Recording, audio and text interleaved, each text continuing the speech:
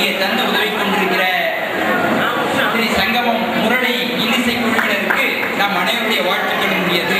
ஏனென்றால் இசைக்கு நடுவிலே ஒரு இயல் படைப்பு வெளியீடு என்பது எங்கும் நிகழாத ஒன்று.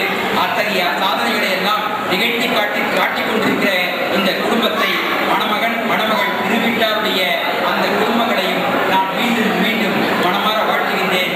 கவிஞர் சகோதரியார் திருமதி ஆனந்தி தேனதையானுடைய கவி பயணம் என்றென்றும் இனிதாக தொடங்குவதாகட்டும். இந்த கவிச்சோலை என்கின்ற பச்சை கொடி அவருடைய கவி பயணத்துக்கு இனிய தொடக்கமாகட்டும் சொல்லி வாய்ப்புக்கு நன்றி